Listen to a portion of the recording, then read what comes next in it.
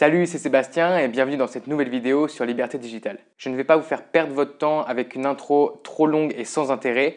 Vous avez lu le titre, tout est dedans, alors on va aller droit au but. Dans cette vidéo, on va voir ensemble les 10 erreurs typiques de débutants qu'il faut absolument éviter si vous voulez réussir sur Amazon FBA et faire décoller votre business. Restez bien jusqu'à la fin de cette vidéo car les 2 dernières erreurs que je vais partager avec vous sont sans doute celles qui sont les plus dévastatrices et qui ont causé le plus d'échecs. Ok, alors sans plus attendre, on rentre dans le vif du sujet avec l'erreur numéro 1 qui est très commune chez les débutants, c'est de procrastiner avec l'administratif. L'administratif, c'est compliqué, c'est inné chez personne et en France, ça peut prendre des mesures assez incroyables et donc attendre d'avoir tout l'administratif qui est bien en place, organisé comme il faut, optimisé, ça peut vous prendre des mois, sinon des années à maîtriser. Donc je vous conseille vraiment pas d'attendre d'avoir tout ce côté administratif fini. Et il y a énormément de choses que vous pouvez faire avant. Et ça ne sert à rien de, au final, procrastiner en faisant tous les papiers, ça va prendre des mois. Et puis au final, on connaît la chanson. Ça va prendre tellement de temps qu'au bout d'un moment, vous allez vous démotiver. Et au final, quand vous aurez enfin votre numéro, eh ben, vous en ferez absolument rien. J'ai connu un ami comme ça qui a attendu des mois pour ses documents, pour ses numéros administratifs, pour ses numéros fiscaux. Et au final, il n'a rien fait du tout, il n'est pas passé à l'action. Et aujourd'hui, il bosse toujours dans sa boîte et il n'a pas créé la sienne. Si vous appréciez le contenu de cette vidéo, laissez un petit like, ça fait toujours plaisir et surtout ça donne un petit coup de boost dans l'algorithme de YouTube. Aussi, si vous voulez voir plus de vidéos dans lesquelles je vous donne des conseils pour lancer votre business sur Amazon FBA, n'oubliez pas de vous abonner à la chaîne. La deuxième erreur qui est très fréquente encore une fois quand on débute, c'est de ne pas vouloir investir d'argent ou en tout cas en avoir peur. Qu'on parle d'investissement dans des outils, qu'on parle d'investissement dans une formation, dans de la connaissance, dans du coaching, ou alors même qu'on parle d'investissement dans le produit lui-même, le produit physique que vous comptez vendre, il ne faut pas être cheap, il ne faut pas avoir peur d'investir de l'argent. Moi aussi, j'avais ce blocage quand j'ai commencé, j'avais énormément d'appréhension à investir mon argent et je voulais absolument optimiser chaque petite chose, chaque détail pour que ça me coûte le moins cher possible. Et quand j'y repense maintenant, je me dis que je ne me suis vraiment pas fait une faveur, ça m'a beaucoup ralenti dans mon business et ça a probablement causé l'échec de mon premier business. Donc, si j'ai un conseil à vous donner, c'est comptez votre argent, soyez mesuré sur comment vous le dépensez. Vous n'avez pas un budget illimité, mais n'ayez pas peur d'investir de l'argent là où il faut. Alors, la prochaine erreur concerne les méthodes que vous allez suivre. Ça peut être extrêmement grave, ça peut être extrêmement douloureux de suivre des mauvais conseils ou alors pire, des conseils ou des stratégies qui sont obsolètes, qui sont dépassées. On la connaît tous, la classique de l'e-book gratuit qui est téléchargeable sur un groupe Facebook et qui date de 2016. Bon, je ne vous dis pas de ne pas télécharger ce genre de contenu, ça peut être intéressant. Ça peut être intéressant pour se former vraiment au tout début, pour comprendre le business model. Mais ensuite, si vous voulez aller plus loin, il va falloir passer à la vitesse supérieure et il va falloir avoir de l'information qui est up-to-date, donc vraiment la dernière info, les dernières stratégies et aussi de l'information de qualité. On en revient à ce qu'on disait juste avant sur la peur d'investir. Si vous n'avez pas envie d'investir dans de l'information de qualité par exemple et que vous vous contentez d'un e-book gratuit, eh ben, ça peut avoir des conséquences assez désastreuses pour votre business et ça peut tuer votre business avant même que vous l'ayez commencé. Alors la quatrième erreur concerne la recherche de produits. Malheureusement, il y a beaucoup trop de débutants qui abandonnent, qui se découragent quand ils ne trouvent pas de produits à vendre sur Amazon et ils font ça beaucoup trop tôt. La recherche de niche, la recherche de produits à vendre sur Amazon, c'est l'étape la plus importante sans doute dans tout le processus de lancement d'un business sur Amazon. Si vous n'avez pas le bon produit, votre business ne marchera pas. Par contre, c'est aussi une des étapes les plus difficiles et une étape qui prend beaucoup de temps. Donc il ne faut pas se décourager parce que vous n'avez pas trouvé de bons produits à vendre en 10 minutes comme on vous raconte sur YouTube ou même en 1 semaine ou 2 semaines. Je peux vous assurer qu'il y a des milliers de niches dans lesquelles vous pouvez lancer un produit rien que sur Amazon.fr. Donc je ne vous parle même pas des opportunités dans les autres marketplaces d'Amazon. Il y a énormément de produits que vous pouvez potentiellement lancer. Il faut juste bien les chercher avec les bonnes méthodes et sans vouloir trouver la niche ou le produit absolument parfait qui convient à tous vos critères dans vos rêves les plus fous. Parfois, il faut faire des sacrifices pour trouver quelque chose qui va marcher, pas quelque chose qui va être absolument exceptionnel, surtout du premier coup. Si vous avez envie d'en savoir plus sur ce sujet précisément, j'ai fait une vidéo récemment dans laquelle je parle des erreurs spécifiques à la recherche de niche, à la recherche de produits sur Amazon. Donc si vous voulez aller la voir après cette vidéo, je vous mets le lien juste ici. Alors la cinquième erreur que beaucoup de débutants font, malheureusement, c'est de créer une structure légale, une structure juridique trop compliquée et trop coûteuse. Quand vous commencez à peine, vous n'avez pas besoin d'une structure élaborée, de quelque chose de super avancé qui va être optimisé au poil. À mon avis, c'est plus une manière de procrastiner activement parce que voilà, vous faites de l'administratif, vous êtes en train de construire votre compagnie avec plusieurs étages et des trusts et bref, des compagnies écrans aux Seychelles. Que sais-je, vous êtes en train d'optimiser votre fiscalité alors que vous n'avez même pas fait 1 euro avec votre business. Donc revoyez vos priorités et d'abord lancez votre business et ensuite vous optimiserez votre structure légale, votre statut juridique, fiscal, etc. Je comprends l'attrait pour ce genre d'activité, c'est intéressant et puis en quelques clics sur Google, vous allez trouver une multitude de gens qui sont prêts à vous vendre une structure très complexe, très chère, qui vous promet toutes les merveilles du monde pour votre business. Mais voilà, vous n'en êtes pas là encore. Concentrez-vous sur ce qui compte maintenant. Et clairement, ce n'est pas combien vous allez payer ou pas payer en impôts. Pour l'instant, c'est combien de produits vous allez vendre, point.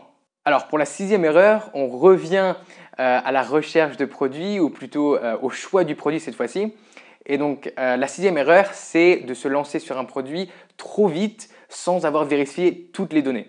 Alors, ne me faites pas dire ce que j'ai pas dit, c'est très bien de passer à l'action, il ne faut pas rester prostré, paralysé, ne pas bouger et ne rien faire. Il faut passer à l'action, mais il ne faut pas se précipiter non plus. Il faut trouver le bon équilibre entre les deux. Donc, vous ne voulez pas vous lancer sur un produit qui n'a pas le potentiel. C'est important de suivre la bonne méthode et c'est bien parce que sur Amazon, il y a une méthode que vous pouvez suivre étape par étape. Et évitez aussi de tomber amoureux d'un produit. Parfois, on voit un produit, on le trouve génial, on se dit wow, ça va faire des centaines de milliers d'euros par an, ça va être génial. Vous aimez le produit et vous montez un peu le truc tout seul.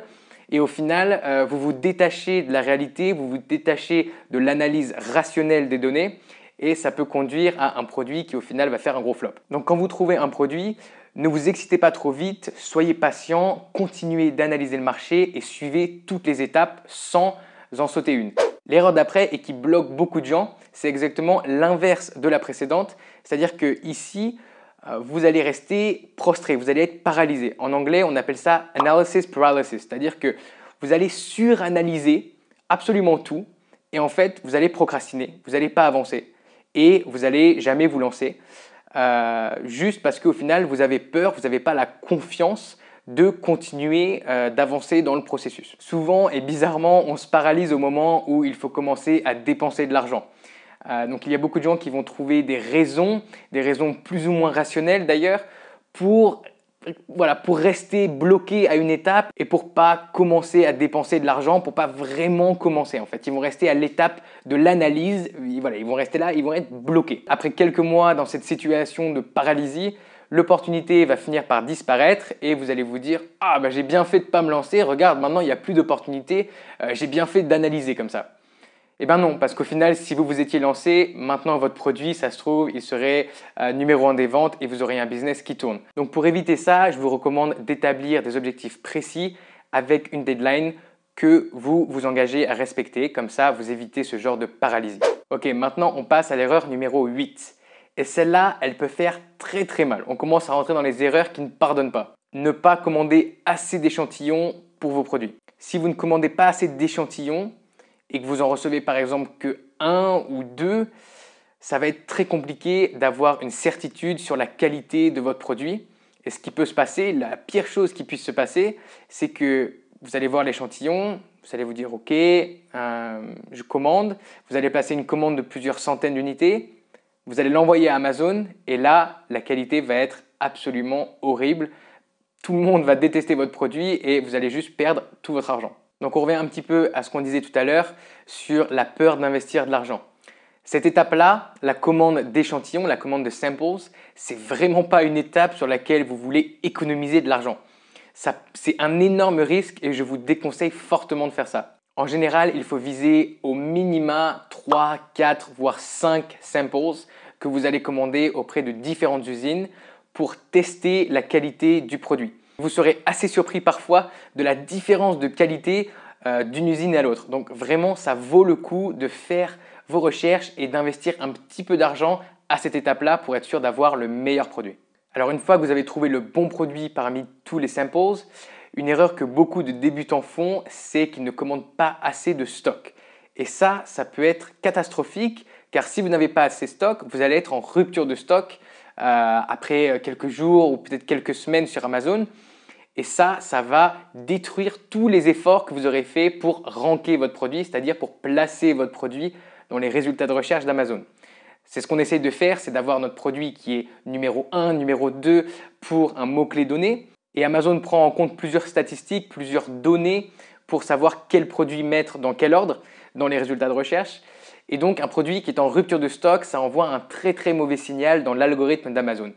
Donc n'ayez pas peur d'avoir du stock. Avoir du stock d'un produit qui se vend, c'est probablement la meilleure chose qui peut se passer dans la vie d'un e-commerçant.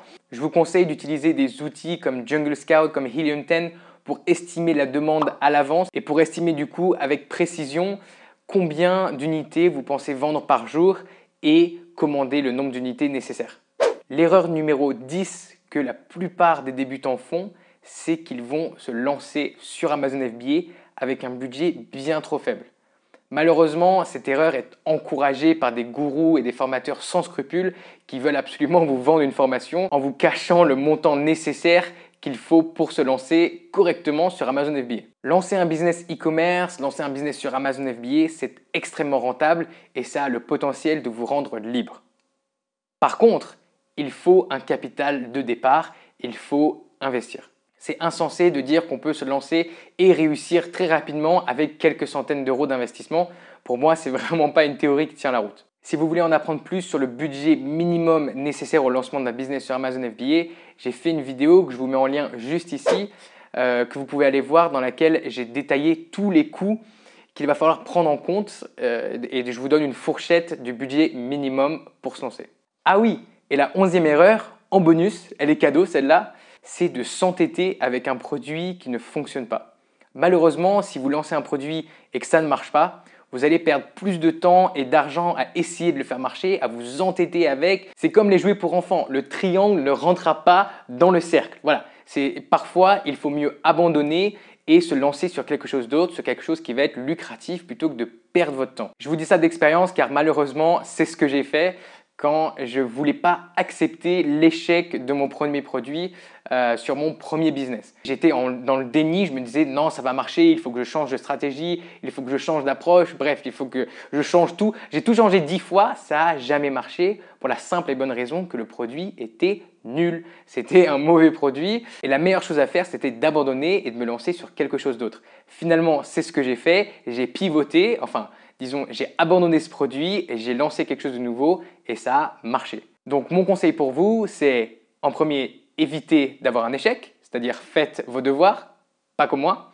Et la deuxième chose, c'est si vous avez un produit qui malheureusement ne marche pas, que ce soit votre premier produit ou votre deuxième, troisième, on s'en fiche. Si vous avez un produit qui ne marche pas, acceptez les pertes et continuez, allez de l'avant. Profitez-en quand même pour analyser les causes de l'échec.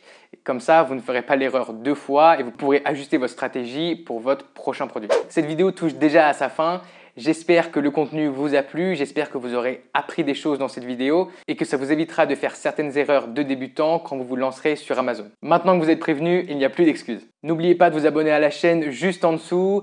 Appuyez sur la petite cloche pour recevoir les notifications quand je poste une nouvelle vidéo. Et si cette vidéo vous a plu, laissez un petit like pour le boost dans l'algorithme. Je vous dis à très vite pour une nouvelle vidéo sur Liberté Digitale.